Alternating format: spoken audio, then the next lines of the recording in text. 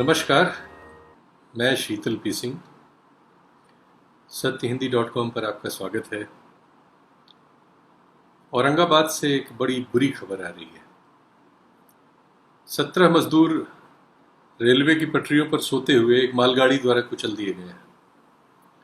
वे पैदल अपने घर आ रहे थे, क्योंकि आप जानते ही हैं कि सरकारों ने फैसले तो कर दिए लेकिन हाथ भी खड़े कर दिए, और मजदूरों के सामने और कोई विकल्प नहीं था कि सरकारों के इस फैसले का अपने जीवन पर पड़े कुप्रभाव का सामना करने के लिए वो अपने उन घरों को लौट चलें जहां से वो रोटी कमाने के लिए इन घरों पर आए थे।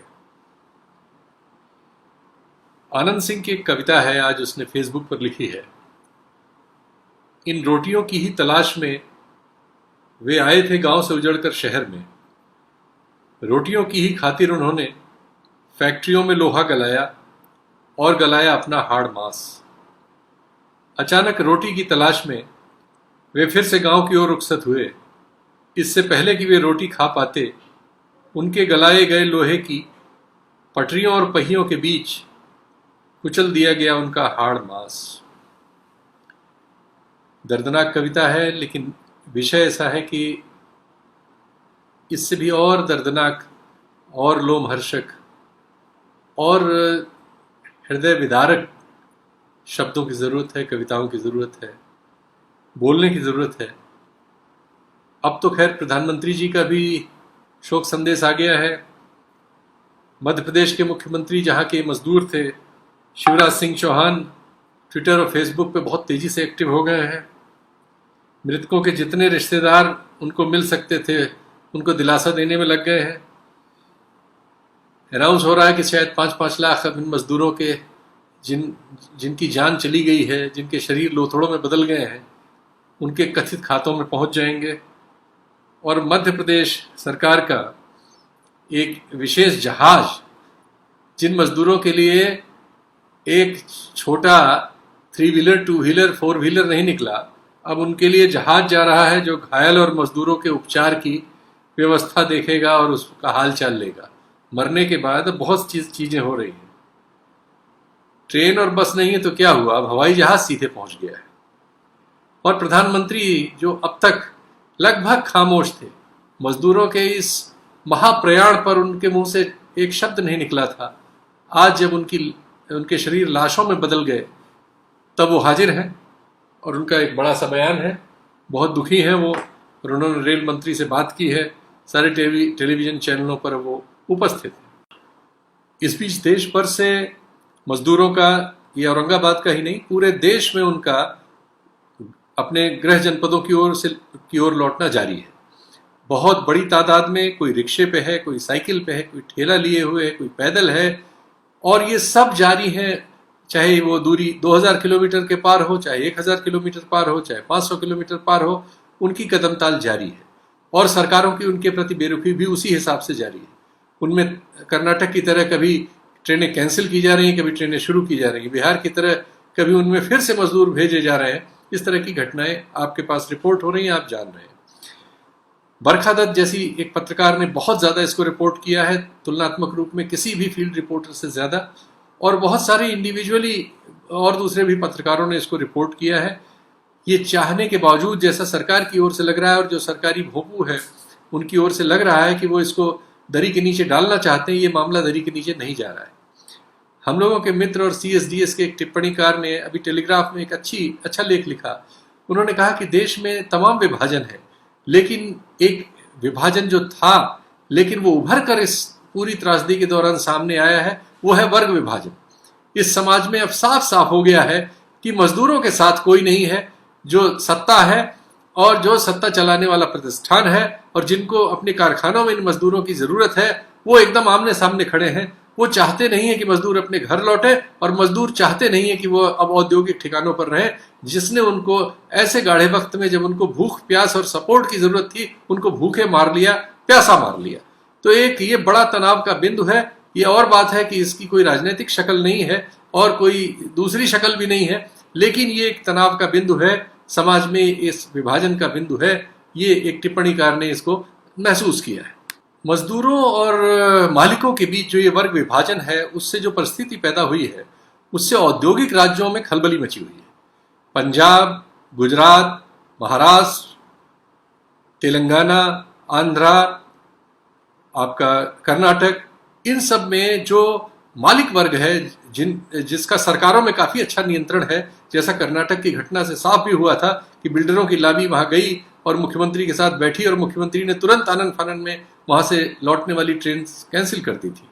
ये और बात है कि जब सामाजिक दबाव बढ़ा, देश भर से हल्ला मचा, बड़ी आलोचना हुई और उसकी नैतिकता ही नहीं कानूनी आलोचना भी हुई, मामला हाईकोर्ट भी पहुंचा, तब उन्होंने इस प्रस्ताव को वापस ले लिया और फिर ट्रेनें चलाने की घोषणा की। लेकिन ये घोषणाएं भी आधे अधूरे मन से की जा रही हैं, इसलिए इनकी संख्या बहुत कम है। अभी तक 1 लाख से भी कम लोग ले जाए जा सके हैं, जबकि इनकी संख्या लाखों में नहीं करोड़ों में है जो लोग अपने घर लौटना चाहते हैं। और इसकी वजह से जो सामाजिक तनाव जन्म ले रहे हैं वो बड़े विद्रूप है। सूरत की एक आप ये वीडियो देखिए। सूरत में घर लौटने के लिए बेचैनी इतनी है कि लोग कर्जे लेकर पैसा इकट्ठा करके बसों से और दूसरे साधनों से लौटना चाहते हैं। ट्रेनों के लिए बुकिंग करा रहे हैं, उसमें दलाल लोग उनसे 2-2 हजार रुपए एक आदमी का ले रहे हैं। और ये दलाल लोग, इसमें से बहुत से क्रुक्स भी हैं जो पैसे खा जा रहे हैं। अभी आप जो वीडियो देखेंगे, एक परिवार को उसके घर में घुस के ये दलाल पीट भी रहे हैं और वो बाद में आके बता रहा है कि उसका नाम क्या है और उन लोगों ने कैसे 1 लाख से भी ज्यादा रुपया इकट्ठा किया है और वो सारा पैसा जीम जाना चाहता है लौटने के लिए, घर लौटने के लिए। 2-2 हजार रुपए, मारपीट हुई है, हिंसा हुई है, इसमें खून खराबा भी हुआ है। वो जरा आप इन वीडियोस में देखिए।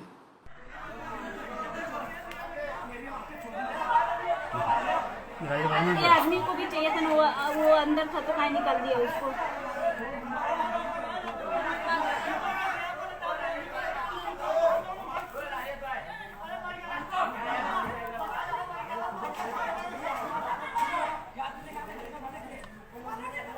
वहाँ का बड़ा रहा है। मैं गया था टिकट लाने के लिए, पैसा दिया 1,16,000, तो भी बोलता है अभी पैसा नहीं देंगे, जो करना है कर जाओ। फिर आप टिकट 2-2 हजार में टिकट बेच रहा है। इसमें मैं विरोध करने गया, उसने सब मिल के हमको, राजेश वर्मा ने पटका से लकड़ी से सब बहुत मारा, इतना मारा मेरा शरीर नहीं काम कर रहा है, सर्वर पार्ट दिया। और राजेश वर्मा बोलता है जो करना है कर लो। सबसे ज़्यादा राजेश वर्मा मारा है, सबसे ज़्यादा मारा है और पैसा नहीं दूंगा। मेरे पास सबूत है, उसी दिया है, सब टोकन दिया है 1,16,000 का। उसने पैसा नहीं दे रहा, मांगने गया। इस बीच जो मजदूर दूसरे देशों में मजदूरी करते हैं भारत के यहाँ से जाके, और वहां से वो उनको वापस लौटना है, उनके लिए जहाजों की व्यवस्था हुई है, लेकिन उसका किराया मजदूर खुद दे रहे हैं। लेकिन उन जहाजों में जो ये आपके इस रोग की वजह से दूरी रखने का जो फैसला था वो पालन नहीं हो रहा है, जबकि उनको टिकट देते समय ऐसे वायदे किए गए थे कि उनमें पर्याप्त दूरी रखी जाएगी, लेकिन वो उसी तरह से जहाज भरे गए हैं जैसे औसतन भरे जाते हैं। और हम जानते हैं कि ये कोरोना नाम की बीमारी ज्यादातर जहाजों से ही निर्यात हुई है पूरी दुनिया में और उसकी वजह से फैली है। अंतर्राष्ट्रीय फ्लाइट्स में आ रहे मजदूर और उनके परिवारों का ये गुस्सा एक इस फ्लाइट में देखा जा सकता है, जो इस वीडियो में आप देखिए। एक सीट के बनवे के डजंट मैटर यार, हमें इससे कोई सरोकार नहीं आता, खाली आ रहा है या भरा हुआ आ रहा है। कौन कहता है कि खाली आता है? ये कौन कहता है? आपने 3 सीटों के पैसे पर पर्सन आपने बनवे $3,000 आप चार्ज कर रहे हो। आप बेवकूफ समझ रहे हो? आप लोगों को, गवर्नमेंट को चाहिए कि ओवरसीज से इमदाद चाहिए, पैसे चाहिए, अब किस्म का सोचा सारे जहाजों में एक सीट निकाली थी। पूरी दुनिया के अंदर सिंगल सीट पर सफर हो रहा है। आप लोग ये कहते हो कि नहीं जी कोरोना है तो बाहर है, अंदर जहाज में कुछ नहीं है। कल को मुझे कुछ हुआ, मैं आप लोगों को छू करूंगा। 25 लोगों को आप लोगों को छू करूंगा। लेकर आए, वो कहाँ से लेकर आए? आइए नहीं लेकर आए ना। जब बुकिंग करके बोला था कि सीट छोड़ के करेंगे, तभी हमने टिकट खरीदे थे ना। तो अब यहाँ आके इतना क्यों भरा हुआ ये जहाज? क्यों भरा हुआ? हमारी सीट क्यों नहीं खाली है बीच में? क्यों नहीं डिस्टेंस किया है? उत्तर प्रदेश, बिहार, झारखंड जैसे राज्य जो वैसे तो तरह तरह के दावे करते हैं, लेकिन उनके पास कुल एक चीज है, या तो वो शराब बेच सकते हैं या वो व्यापारिक टैक्सों में जो खासकर तेल जो पेट्रोल, डीजल, गैस है, इन पर तमाम तरह की ड्यूटी लगाकर रेवेन्यू वसूलने के अलावा उनके पास कोई योग्यता नहीं है अपनी आय को बढ़ाने की, ये साबित है। और एक उनकी बिना उनके किए एक योग्यता है कि आबादी की वजह से यहाँ से तमाम लोग, यहाँ के तमाम प्रवासी जाके दूसरे राज्यों में औद्योगिक क्षेत्रों में काम करते हैं और वहां से मनी ऑर्डर अपना घर चलाने के लिए यहाँ भेजते हैं। उस मनी ऑर्डर इकोनॉमी से की गई खरीद बेच से इन राज्यों को बहुत सारा टैक्स मिलता है और उससे जो आर्थिक स्वावलंबन पैदा होता है उससे अर्थव्यवस्था चलती है। और आज इसीलिए इन मुख्यमंत्रियों की स्थिति ये हो गई है कि ये मजदूरों के सप्लायर में बदल गए। अब इनसे तमाम औद्योगिक राज्यों के मुख्यमंत्री बाकायदा फोन कर करके ये कह रहे हैं कि आप अपने मजदूरों को न ले जाएं या नए मजदूर भेजें। बाकायदा दलाल मार्केट में आ गए हैं। अब ऐसी बहुत सारी खबरें हैं।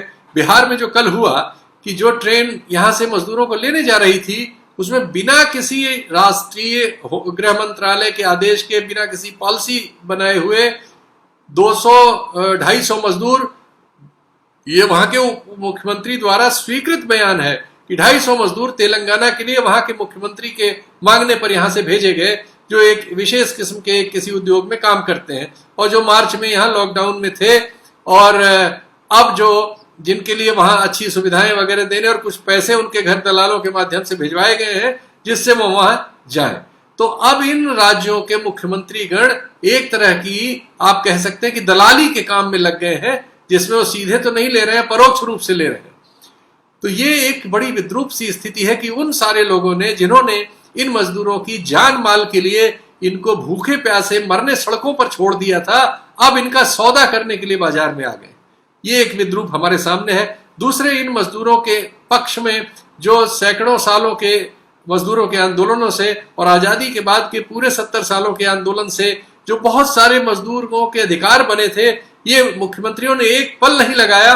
मध्य प्रदेश और उत्तर प्रदेश के मुख्यमंत्रियों ने तत्काल उनके सस्पेंशन की घोषणा कर दी कथित उद्योग चलाने के लिए। हम आप जानते ही हैं कि उत्तर प्रदेश और मध्य प्रदेश में कितने उद्योग चलते हैं और क्यों नहीं चलते, लेकिन मजदूरों के अधिकारों को छीनने में इन्होंने एक पल नहीं लगाया और उन्हीं मजदूरों के लिए किसी उनके मानवीय अधिकार देने में इनको बरसों लग गए और आज तक नहीं दे पाए और देना नहीं चाहते। तो ये एक बड़ी तल्ख स्थिति है और बिल्कुल उस लेख की पुष्टि करती है जो टेलीग्राफ में छपा है कि इस देश में इस त्रासदी के चलते एक जो वर्ग विभाजन है जो पर्दे के पीछे छुपा हुआ था वो उभर कर सामने आ गया है। फिर हम हाजिर होंगे तल्ख सवाल लेकर आपके सामने।